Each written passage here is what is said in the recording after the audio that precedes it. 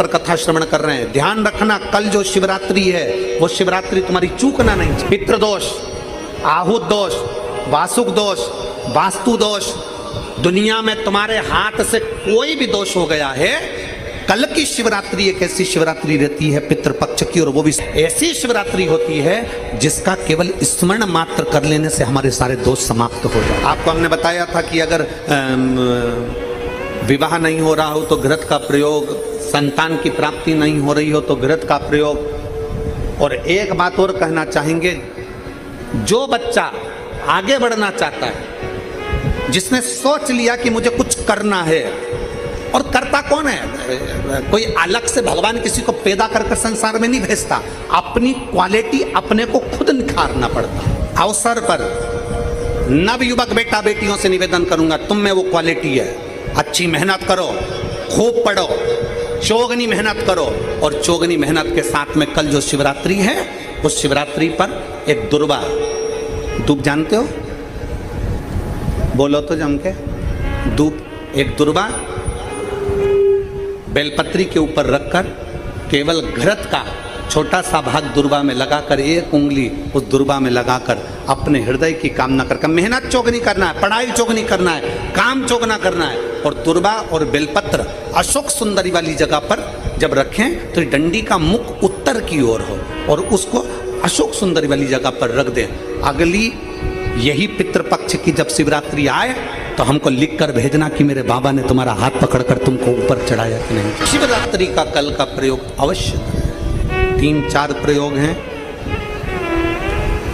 हम भी प्रयास कर रहे हैं कि जिन लोगों ने जो हमसे मिस कॉल पर जुड़े हुए हैं, आज शाम तक, कल सुबह तक जो जो उपाय इस पितृपक्ष की शिवरात्रि के बताए गए हैं वो आपको आज शाम तक या कल तक आपके मोबाइल पर पहुंच जाएंगे, ऐसा प्रयास किया। पहले भी कहें, पितृपक्ष के अंतर्गत यदि प्रदोष के दिन अगर भूल से भी आपके हाथ से एक लोटा जल शिव जी को चढ़ जाए, और केवल पितृपक्ष के प्रदोष के दिन यदि एक लोटा जल, एक बेलपत्र, एक चावल का दाना आपका शंकर भगवान को चढ़ता है, शाम के समय प्रदोष काल में भगवान शंकर के मंदिर में या बेलपत्र के वृक्ष के नीचे या तुलसा के क्यारे में या बट वृक्ष के नीचे या बेलपत्र के नीचे या आंवले के वृक्ष के नीचे या पीपल के वृक्ष के नीचे यदि एक दीप प्रज्वलित होता है प्रदोष काल में, निश्चित है आपके पूर्वज, आपके पितरों को तर्पण हुआ कि नहीं हुआ, पिंड हुआ कि नहीं हुआ, पर उनकी मुक्ति निश्चित हो जाए।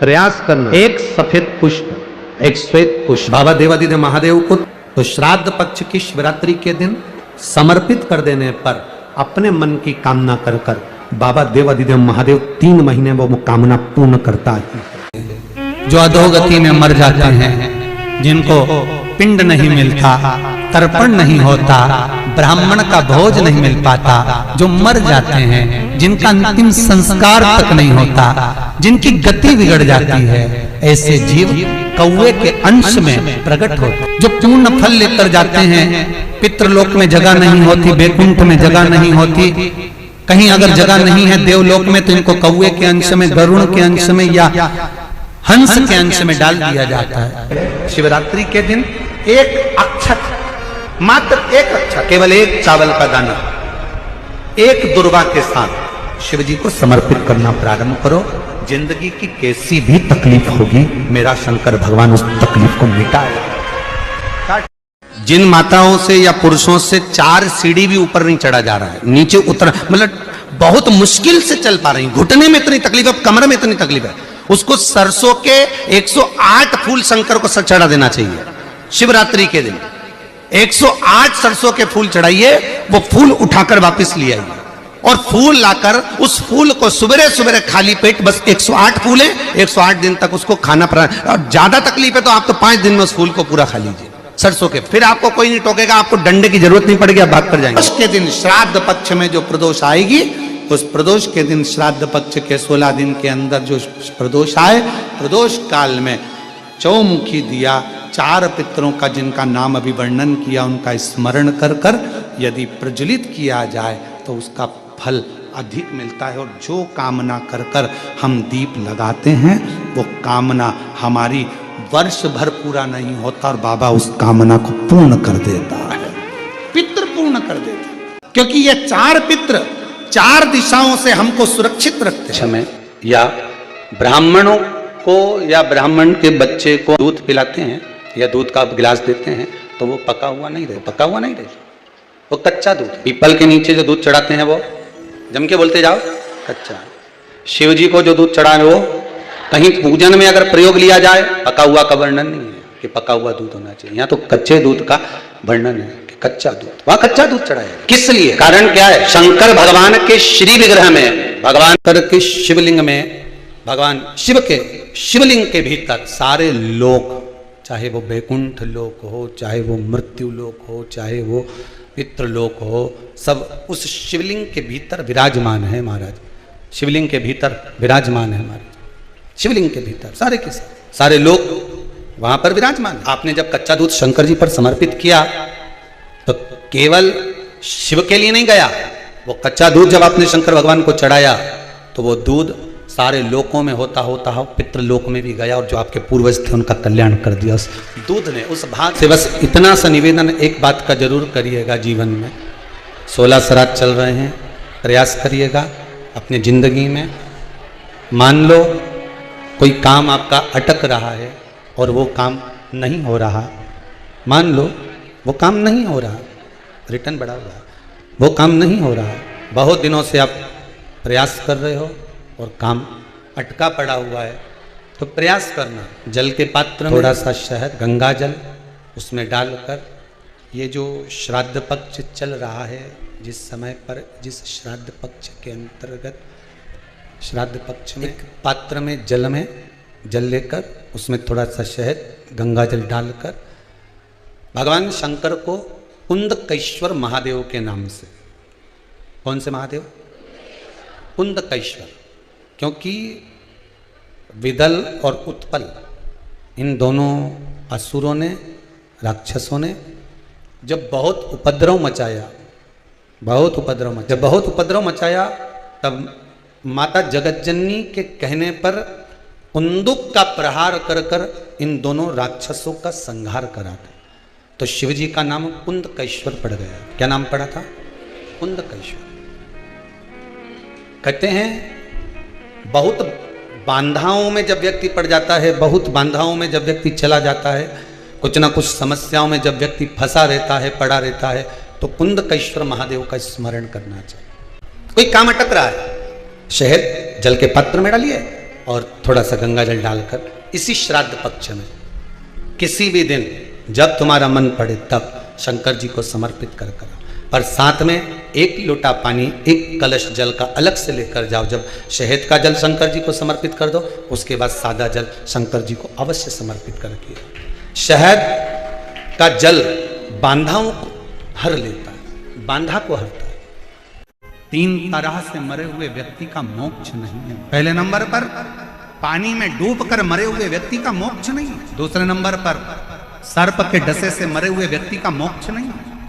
और तीसरे नंबर पर स्त्री के हाथ से, नारी के हाथ से अगर कोई मरता है, हम तो कई बार बच्चों से कहते हैं, अगर कोई बच्चा कंपटीशन एग्जाम में बैठ रहा है, इंटरव्यू दे रहा है या कोई एग्जाम में नहीं निकल रहा है, बेलपत्री का जो बीच वाला पत्ता होता है, इस पत्ते पर शहद लगाकर हथेली में रखकर अंगूठे से इसको इस तरह से दबा, शिव जी के कुंदकेश्वर महादेव का नाम लेकर अपनी मनोकामना कर कर शंकर भगवान का जो शिवलिंग है उस शिवलिंग पर इस बेलपत्री के पत्ते को चिपका कर आ जा और एग्जाम देने जा, बाबा निपटे का सब काम कर।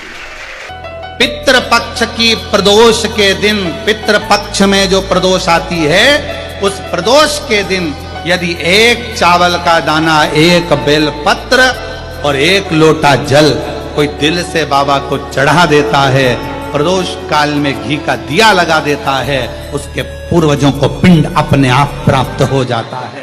तर्पण अपने को अपन को स्वयं निकालना। संसार में कोई व्यक्ति, हम आपसे पूछते हैं, मेरी जीजियां बैठी ईमानदारी से बोलना, तुम अपने कमरे में कचरे का डब्बा रखती हो क्या? बोलो, जम के बोलो। तुम अपने घर कमरे के अंदर अटाला रखती हो क्या? तुम अपने कमरे के अंदर कबाड़ा रखती हो क्या? टूटा फूटा सामान रखती हो क्या? जो कुर्सी टूट गई, कोई प्लास्टिक की बाल्टी टूट गई, कोई कचरे का डब्बा टूट गया, तुम्हारे कमरे में संभाल के रखती हो क्या? बोलते जाओ जल्दी जल्दी। रखती हो? तुम्हारे कमरे में तुम फटे टूटे बेकार सामान रखते हो, फूटे बर्तन रखते हो, बेकार सामान रखते हो, कोई कपड़े बेकार हो गए उनको संभाल के रखते हो। दुनिया में कोई माँ ऐसी नहीं है, कोई स्त्री ऐसी नहीं है, कोई पुरुष ऐसा नहीं है जो अपने कमरे में बेकार सामान रखेगा। अपने कमरे में हम सब अच्छा सामान रखते हैं। उसी तरह मेरे शंकर का ये पूरी पृथ्वी उसका कमरा है। मेरा शंकर भगवान पृथ्वी पर जन्म उसी को देता है जिसमें क्वालिटी होती है। अटाले को कबाड़े को मेरा शंकर नहीं रखता। श्राद्ध पक्ष में ब्रह्म कपाली या कहीं पिंडदान नहीं कर पा रहे हो, तिलांजलि तर्पण नहीं कर पा रहे हो, तो एक काम जरूर करना। जल के पात्र में 2 बूंद गंगा जल डालना और वो गंगा जल शंकर को रोज 16 दिन तक चढ़ाइए, पितृदोष समाप्त हो जाए। दूध सामग्री जो होती है ना, वंश की वृद्धि करती है। आप लोगों के स्मरण में है कि नहीं है? श्राद्ध पक्ष में सारा भोजन कोई भी लगाकर ब्राह्मण को जिमाए, उससे मतलब नहीं है। पर श्राद्ध पक्ष में, तिथि पर, श्राद्ध में या अन्य तिथि पर, बरसी आदि तिथि पर अगर खीर का पात्र भरा जाए तो घर की बहू, घर की माता, घर की स्त्री, घर में जो ताई चाची जो भी है घर में स्त्री, उस खीर के पात्र को उसको भरना। और फिर निवेदन करेंगे, श्राद्ध पक्ष में एक बार प्रयोग कर देखिए। जिसके घर में 23 से 24 साल तक भी औलाद नहीं हो, 23 से 24 साल तक भी औलाद पैदा नहीं हुई हो, जिसके घर में संतान ना हुई हो, वो एक प्रयोग जरूर करे। एक प्रयोग जरूर करो कि 23 साल तक भी औलाद ना हुई हो तो श्राद्ध पक्ष में तुम्हारे दादा परदादा किसी का श्राद्ध घर में हो रहा हो, और किसी दादी का श्राद्ध, किसी दादा का श्राद्ध, किसी बुजुर्ग का श्राद्ध तुम्हारे घर में हो रहा हो, तो खीर के बर्तन में खीर तुम भरकर और उस ब्राह्मण को जिसको घर में बुलाया गया है भोजन कराने के लिए, वहां तुम देकर आओ और अगले श्राद्ध तक इंतजार करो। मेरा बाबा वंश की वृद्धि करता ही है, निश्चितता देता है, वंश बढ़ाता। एक कौआ और एक श्वान कुत्ता, ये 2 ऐसे होते हैं जिनको 20 मिनट पहले, आधे घंटे पहले, 1 दिन पहले, 24 घंटे पहले, 48 घंटे पहले क्या होने वाला होता है, कौवे को और श्वान को भान हो जाता है। क्यों?